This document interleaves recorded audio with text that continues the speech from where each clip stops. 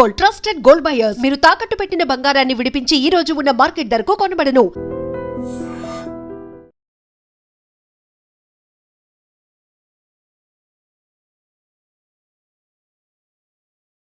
Welcome to I dream. Gujarat అహ్మదాబాద్లో జరిగిన విమాన ప్రమాద సంఘటన స్థలానికి ప్రధానమంత్రి మోడీ సందర్శించారు. సంఘటన స్థలం చూసిన తర్వాత నేరుగా హాస్పిటల్కి వెళ్ళారు. హాస్పిటల్లో ప్రమాదం నుంచి బయటపడ్డ ఏకైక వ్యక్తిని మాట్లాడి సంఘటన ఎలా జరిగిన విషయాన్ని ఆయన తెలుసుకున్నారు. అతను చెప్పిన వివరాల ప్రకారం విమానం టేక్ ఆఫ్ అయిన కొద్ది క్షణాల్లోనే ఒక కుదుపు వచ్చిందని, ఆ కుదుపు తర్వాత ఏం జరిగిందో అర్థం కాలేదన్నారు. అంతేకాకుండా కొంత దూరం వెళ్ళిన తర్వాత ఒక బిల్డింగ్లోకి వెళ్ళి ల్యాండ్ అయింది. తర్వాత నేను ఎమర్జెన్సీ డోర్ తెలుసుకొని నాకున్న సీట్ బెల్ట్ విప్పుకొని బయటపడ్డాను ఆయన విషయాన్ని ఆయన చెప్పారు. అయితే మోడీ కొన్ని అనుమానాలు వ్యక్తం చేశారు. విమానం టేక్ ఆఫ్ అయిన వెంటనే ఎవరైనా కాక్పీట్లోకి వెళ్ళారా, లేదా కాక్పీట్ నుంచి ఎలాంటి వాయిస్ వచ్చిందా అనే విషయాన్ని కొంత పరిశోధన చేసినట్టుగా తెలుస్తుంది. అంటే ఇక్కడ కుట్ర కోణం దాగి ఉంది అనే కోణంలో కూడా ప్రధానమంత్రి మోడీతో పాటు అక్కడ ఉన్న అధికారులందరూ కూడా వ్యక్తం చేయడంతో ఆ దిశగా కొంతమంది అక్కడ ఉన్న వాళ్ళందరూ కూడా బయటపడ్డ వ్యక్తితో మాట్లాడారు. ఆ వ్యక్తి నుంచి ఎలాంటి సమాధానం రాకపోవడంతో విమానం వెళ్ళిన కొద్ది క్షణాల్లోనే ఒక కుదుపులాగా వచ్చింది. వెంటనే ల్యాండింగ్ మూవ్మెంట్ తెలిసింది. తర్వాత ఒక బిల్డింగ్ మీద ల్యాండ్ అయినట్లుగా తెలుస్తుంది అన్న విషయం చెప్పగానే ఇంజిన్లో ఫెయిల్ అయిందా, లేదో అక్కడ ఉన్న ఎమర్జెన్సీ ల్యాండ్ దగ్గర జరిగిందా, లేదు ఫ్యూయల్లో ప్రాబ్లం వచ్చిందా అనే విషయాన్ని కూడా మోదీతో పాటు అక్కడ ఉన్న అధికారులందరూ చర్చించారు. సాధారణంగా బోయింగ్ విమానంలో డబుల్ ఇంజిన్ ఉంటుంది. ఒక ఇంజిన్ ఫెయిల్ అయితే మరో ఇంజిన్ కూడా ఆన్ అవుతుంది, దానిలో ఉంటుంది. కానీ రెండు ఒకేసారి ఫెయిల్ కావని మనకి నిపుణులు చాలామంది చెప్తారు. కానీ ఇక్కడ జరిగింది ఏంటి? ఫ్యూయల్లో ప్రాబ్లం వచ్చిందా, లేదా ఇంజిన్లో ఫెయిల్ అయిందా, ఎందుకు ల్యాండింగ్ గేర్ అన్నది సడన్గా ఓపెన్ అయిందనే విషయాన్ని కూడా చాలామంది అనుమానం వ్యక్తం చేస్తారు. సాధారణంగా విమానం టేక్ ఆఫ్ అయిన వెంటనే కొద్ది దూరం వెళ్ళిన తర్వాత ఇంకా మిగతా టైర్లన్నీ కూడా లోపలికి వెళ్ళి తర్వాత ఇంజిన్ తర్వాత ఫ్లైట్లో అంతా లైట్స్ ఆన్ చేయడం, తర్వాత ఫ్లైట్లో ఉన్న ఎయిర్ హోస్టెస్ అందరూ కూడా ప్రయాణికుల దగ్గర వెళ్ళడం, వాళ్ళకి కావాల్సినవన్నీ కూడా రిఫ్రెష్మెంట్ చేస్తుంటారు. కానీ ఇదంతా జరగడానికి దాదాపు 5 నిమిషాల సమయం పడుతుంది. కానీ ఎయిర్పోర్ట్లో టేక్ ఆఫ్ అయిన కొద్ది క్షణాల్లోనే విమానం కిందకి దిగడం అనేది చాలా ఆశ్చర్యకర విషయం. ముఖ్యంగా ఇప్పుడున్న మనకున్న నిపుణులు చెప్తున్న ప్రకారం ల్యాండింగ్ గేర్ అనేది ఎందుకు ఓపెన్ అయిందనే విషయం తెలుస్తుంది. ఆ ల్యాండ్ గేర్ ఓపెన్ అవ్వడం వెంటనే ఇతను మేడే అని ఏటీసీకి సమాధానం ఇవ్వడం. అంటే మేడే అని ఎందుకు అంటారంటే చాలా క్లిష్టమైన సమయంలో ఉన్నప్పుడు మాత్రమే పైలట్ ఏటీసీకి సంప్రదిస్తారు. ఇక్కడ అహ్మదాబాద్ ఎయిర్పోర్ట్లో మనకి ఏటీసీ నుంచి ఫ్లైట్ మనకు కనిపిస్తుంటుంది.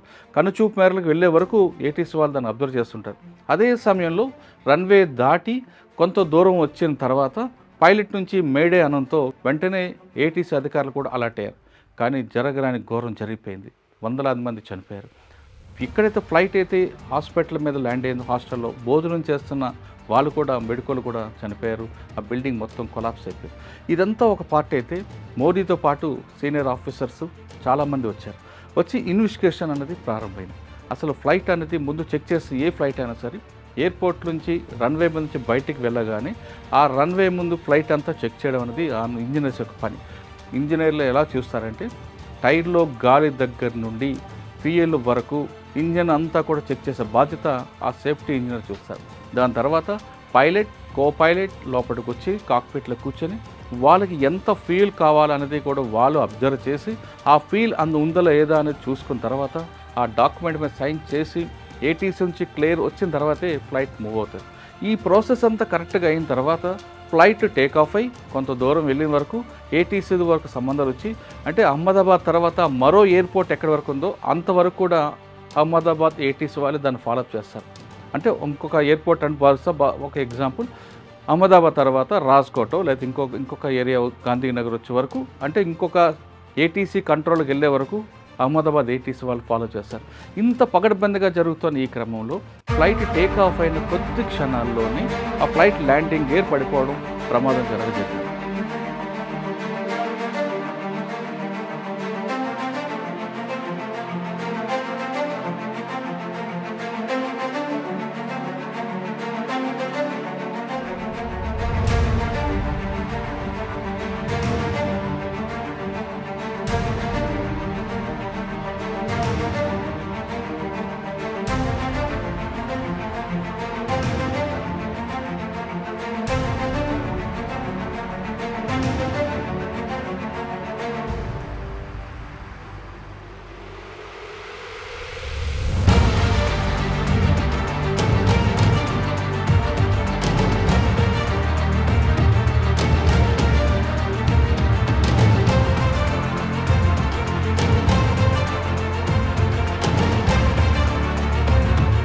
ఇందులో ఇంజిన్లో ఫాల్ట్ ఉందా లేదా ఏదైనా పక్షి వచ్చి కొట్టిందా అన్న కనుక చూడాలి. First ఇంజిన్లో fault. 2 ఇంజిన్లు ఒకేసారి ఫెయిల్ కావంటూ గతంలో పైలట్గా పనిచేసిన చాలామంది అధికారులు చెప్తున్నారు.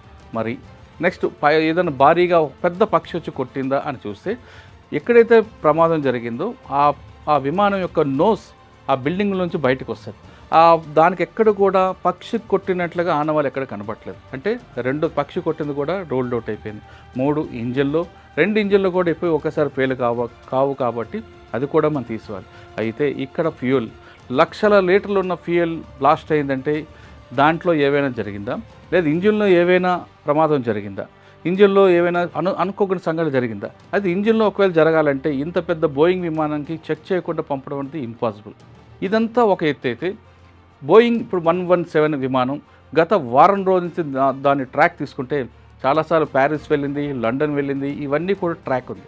ఒకవేళ ఇంత కంటిన్యూగా జర్నీ చేయడం వల్ల ఇంజిన్లో ఏమైనా ఫాల్ట్ వచ్చిందా అన్నది కూడా ఇప్పుడు డీజీసీ అధికారుల యొక్క దర్యాప్తులో బయటపడాల్సింది. ఇదంతా ఒకవైపు పార్ట్ అయితే, మరోవైపు ఎవరెవరు చనిపోయారో వాళ్ళ కుటుంబాలకి డెడ్ బాడీ అందించడం పెద్ద టాస్క్. ఆ టాస్క్ని ఇప్పుడు గుజరాత్ పోలీసులు తీసుకున్నారు, గుజరాత్ గవర్నమెంట్ తీసుకుంది. ముఖ్యంగా ఈ బాడీలు పూర్తిగా కాలిపోయాయి కాబట్టి అందులో DNA టెస్ట్ అయిన తర్వాతే ఆ బంధువులకి ఇవ్వాలి. ఈ DNA టెస్ట్ అవ్వాలంటే దాదాపు 76 గంటల సమయం పడుతుంది. 76 గంటల వరకు తమ బంధువులు వాళ్ళ మృతదేహాల కోసం వాళ్ళ బంధువులు హాస్పిటల్ ధర పడిగాపులు కాయాల్సిన అవసరం అటువంటి సమయం కనిపిస్తుంది. ఇంత దారుణమైన పరిస్థితి ఎవ్వరికీ రాకూడదని ఆలోచిస్తాం. ఇంకా మరోవైపు అసలు ప్రమాదం ఎలా జరిగింది, ఇది $1000 ప్రశ్న. ఈ ప్రమాదం ఎలా జరిగిందంటే ప్రతి పైలట్లో ప్రతి విమానంలో ఎయిర్క్రాఫ్ట్లో ఖచ్చితంగా బ్లాక్ బాక్స్ ఉంటుంది. బ్లాక్ బాక్స్ అనేది కాక్పిట్లో ఉంటుంది, కానీ బ్లాక్ బాక్స్ అంటారు కానీ అది ఆరెంజ్ కలర్లో ఉంటుంది. ఈ బ్లాక్ బాక్స్లో దాదాపు ఫ్లైట్ టేక్ ఆఫ్ అయిన దగ్గర నుండి ల్యాండ్ అయ్యే వరకు కాక్పిట్లో పైలట్ కో పైలట్ ఏం మాట్లాడుకుంటున్నారు, వాళ్ళకి ఏటీసీ నుంచి ఎలాంటి సమాధానం వస్తుంది, దాంతోపాటు ఎక్కడైతే లాస్ట్ వరకు టైల్ ఉందో టైల్ వరకు ప్రేక్షకులు కూర్చున్న పాసింజర్స్ ఏం మాట్లాడుకుంటారో, ఎయిర్ హోస్టెస్ ఏం మాట్లాడుకుంటారో అది కూడా రికార్డ్ అవుతుంది. అంటే ఎవరు ఎలాంటి మూవ్మెంట్ చేసినా ఖచ్చితంగా బ్లాక్ బాక్స్ అంటే ఆరెంజ్ కలర్ బాక్స్లో రికార్డ్ అవుతుంది. ఈ ఆరెంజ్ కలర్ బాక్స్లో ఏముంది అనేది తెలుసుకోవడమే ఇప్పుడున్న అధికారులకి పెద్ద టాస్క్. ఈ గతంలో తీసుకుంటే ఈ పైలట్లో కాక్పిట్లో ఉన్న బ్లాక్ బాక్స్ చూడాలంటే గతంలో అమెరికాలో ఉండేది, దానికి ఒక డీకోడ్ సిస్టమ్. కానీ ఇప్పుడు మన దగ్గర ఆ డీకోడ్ ఉంది. ఖచ్చితంగా ఈ బ్లాక్ బాక్స్ అనేది దొరికింది. ఎంత ప్రమాదం జరిగినా, అగ్ని ప్రమాదం జరిగినా, లేదా విమానం నీటిలో కూలిపోయినా, సముద్రంలో పడిపోయినా బ్లాక్ బాక్స్ మాత్రం చెక్కు చెదరదు. ఎందుకంటే గతంలో చెన్నై దగ్గరలో కూడా ఇదే విధంగా విమానం సముద్రంలో కూలిపోవడం, కొన్ని నెలల తర్వాత ఆ సముద్రంలో బ్లాక్ బాక్స్ తీసి తర్వాత ఏం జరిగిందనే విషయం కూడా డీకోడ్ చేశారు. అదేవిధంగా గతంలో ఆంధ్రప్రదేశ్ ముఖ్యమంత్రి రాజశేఖర రెడ్డి గారు ప్రయాణం చేస్తున్న హెలికాప్టర్ కూడా ఆత్మకూరు దగ్గర కూలిపోయింది. అందులో కూడా బ్లాక్ బాక్స్ డీకోడ్ చేసి అక్కడ ఏం జరిగిందనే విషయాన్ని కూడా పైలట్ మాట్లాడుకుంది, ఏటీసీతో మాట్లాడి డీకోడ్ చేసి అసలు ఆ రాజశేఖర రెడ్డి గారి హెలికాప్టర్ ప్రమాదానికి కారణం ఏంటంది బ్లాక్ బాక్స్ ఓపెన్ చేసింది. ఇప్పుడు గుజరాత్లో అహ్మదాబాద్లో జరిగిన ఈ ఘటనలో మనకు దొరికిన బ్లాక్ బాక్స్ ఏదుందో దాన్ని డీకోడ్ చేసే పనిలో అధికారులు ఉన్నారు. దీన్ని డీకోడ్ చేస్తే కనీసం 24 గంటల సమయం పడుతుంది. అందులో ఏం జరిగింది, కాక్పిట్తో ఉన్న పైలట్కి అదేవిధంగా ఏటీసీకి మధ్యన సంభాషణ ఏంటి, లేదు ఎవరైనా బలవంతంగా కాక్పిట్లోకి వచ్చారా అన్న దానికి మీద కూడా చర్చ జరుగుతుంది. కానీ ఇక్కడైతే ఒక వ్యక్తి బయటకు వచ్చారు, ఆ వ్యక్తి మాత్రం కాక్పిట్లోకి ఎవరు వెళ్ళలేదని చెప్పాడు. కాబట్టి కుట్రకోణం అనేది కాసేపు పక్కన పెడితే ఇంజిన్లో ఏమైనా ఫెయిల్యూర్స్ ఉన్నాయా, టెక్నికల్గా ఇష్యూస్ వచ్చాయా అన్న విషయాన్ని పైలట్ కో పైలట్ ఖచ్చితంగా ఏటీసీకి చెప్తారు. కానీ ఆ సంభాషణ ఏది జరగలేదనే విషయాన్ని కొంతమంది అధికారులు చెప్తున్నారు. ఎందుకంటే వాళ్ళు టేకాఫ్ అయిన కొద్ది క్షణాల్లోనే మేడే అన్న వాళ్ళ సిగ్నల్స్ ఇచ్చారంటే మేము కంప్లీట్గా ప్రమాదంలో ఉన్నాము, మమ్మల్ని సేవ్ చేయండి అన్న మీనింగ్. అటువంటి సిచ్యువేషన్ ఒకేసారి వచ్చిందంటే ఏం జరిగి ఉండొచ్చు అన్నది కాక్పిట్ ఓపెన్ చేస్తేనే బయటకు తెలుస్తుంది. అప్పుడు ఇందులో కుట్రకోణం ఉందా లేదా టెక్నికల్ ఇష్యూస్లో విమానం కొలాప్స్ అయిందా అనే విషయాలు బయటపడే అవకాశం ఉంది.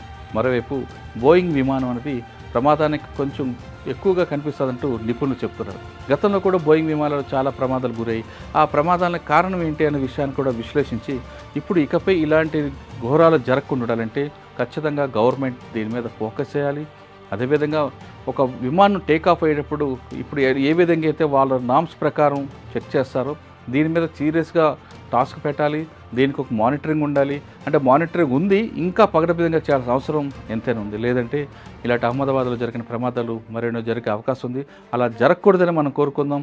ప్రతి ప్రయాణికుడి యొక్క ప్రాణం ఎయిర్ ఇండియాది కానీ గవర్నమెంట్ది కాబట్టి ఎయిర్ ఇండియా వాళ్ళు ఖచ్చితంగా దాని మీద ఫోకస్ చేస్తారని ఆశిద్దాం. ఇది అహ్మదాబాద్లో జరిగిన ఎయిర్ ఇండియా విమాన ప్రమాదంపై విశ్లేషణ. మరో అంశంలో మళ్ళీ కలుద్దాం. అంతవరకు నమస్తే. Thank you very much.